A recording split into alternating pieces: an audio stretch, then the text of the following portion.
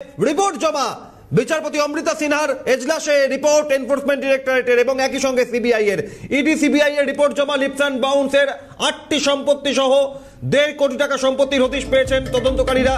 সম্পত্তিতে যাদের নাম উঠে এসেছে তাদের সমন পাঠানোর প্রস্তুতি শুরু। আপনাদের জানাই যে ইতিমধ্যেই প্রাথমিক নিয়োগ দুর্নীতির তদন্তে রিপোর্ট জমা।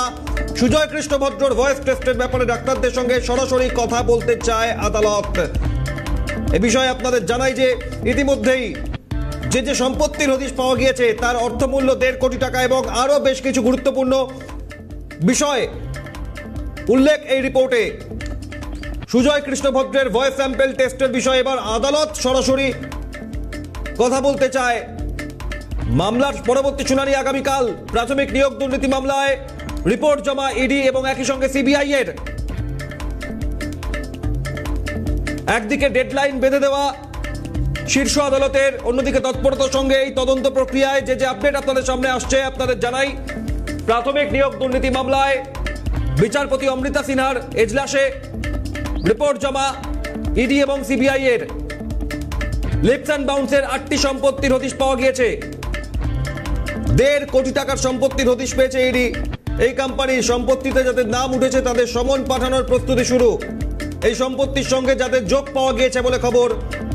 অন্যদিকে কালীঘাটের কাকু সুজয় কৃষ্ণ ভদ্রের ভয়েস স্যাম্পল টেস্ট বারংবার ব্যর্থ হয়েছেন ইডি কর্তারা। আদালতের নির্দেশের পরেও এসএসকেএমে গিয়ে ফিরে এসেছেন তার শারীরিক অসুস্থতার কারণে। শারীরিক কারণ দেখিয়ে এসএসকেএম হাসপাতাল কর্তৃপক্ষ অনুমতি দেয়নি ভয়েস স্যাম্পল টেস্টের। ইডির রিপোর্ট জমা বিচারপতি অমৃতা সিনহার এজলাসে। এই রিপোর্টে আর কি উল্লেখ? 8টি সম্পত্তির হদিশ পেয়েছেন তদন্তকারীরা। প্রায় 1.5 কোটি টাকা সম্পত্তির হদিশ। এই সম্পত্তির সঙ্গে যাদের নাম যুক্ত তাদের এবার সমন পাঠানোর প্রস্তুতি নিচ্ছে এনফোর্সমেন্ট ডিরেক্টরেট, এমনটাই খবর। প্রাথমিক নিয়োগ দুর্নীতি মামলায় রিপোর্ট জমা ইডি এবং একই সঙ্গে সিবিআই এর। সময়সীমা ডেডলাইন বেঁধে দেওয়া সুপ্রিম কোর্টের। তারপর আজ 2রা জানুয়ারি প্রাথমিক নিয়োগ দুর্নীতি মামলায় ইডি সিবিআই এর রিপোর্ট। সেই রিপোর্ট বিচারপতি অমৃতা সিনহার এজলাসে জমা পড়েছে। রিপোর্টে কি উল্লেখ আরো বিস্তারিত জানবো। কলকাতা হাইকোর্ট থেকে এই খবর নিয়ে অভিরূপা হাজরা রয়েছেন। অভিরূপা, কি জানা যাচ্ছে? প্রাথমিক নিয়োগ দুর্নীতি মামলায় সিবিআই এবং ইডি দুই পক্ষের পক্ষ থেকেই আজ রিপোর্ট জমা করলো। মুখবন্ধভাবে সিবিআই রিপোর্ট জমা করেছে, যে রিপোর্টে পুঙ্খানুপুঙ্খ রয়েছে তথ্যাদি, অর্থাৎ তদন্ত পর্যায়ে দাঁড়িয়ে রয়েছে কাদের কাদের নাম উঠে এসেছে।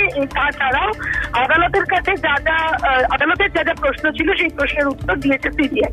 পাশাপাশি ইডিও দিয়েছে প্রশ্নের উত্তর এবং লিপস অ্যান্ড বাউন্সের সম্পত্তির খতিয়ানও জমা দিয়েছে ইডি। প্রায় 8 কোটি টাকার সম্পত্তি এবং তার সঙ্গে 8টি সম্পত্তির হদিশ এবং তার সঙ্গে 1.5 কোটি টাকার সম্পত্তি রয়েছে বলে মনে করছে ইডি। পাশাপাশি সুজয় কৃষ্ণ ভদ্রের ভয়েস স্যাম্পল টেস্ট করতে চায় ইডি, কিন্তু সেক্ষেত্রে বাধার সৃষ্টি করা হচ্ছে।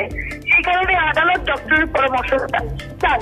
তাই আগামীকাল রিপোর্ট খতিয়ে দেখবেন আদালত এবং আগামীকাল শুনানি করবে। তার সঙ্গে সুজয় কৃষ্ণ ভদ্রের ভয়েস স্যাম্পল টেস্টের ব্যাপারেও পুঙ্খানুপুঙ্খ তথ্য চাই আদালত। তাই আগামীকাল ডক্টরকে আদালতে হাজির হওয়ার নির্দেশ দেওয়া হয়েছে। তার মুখ থেকে বক্তব্য শোনার পরই পরবর্তী সিদ্ধান্ত নেবে অমৃতা সিনহা, এমনটাই জানি।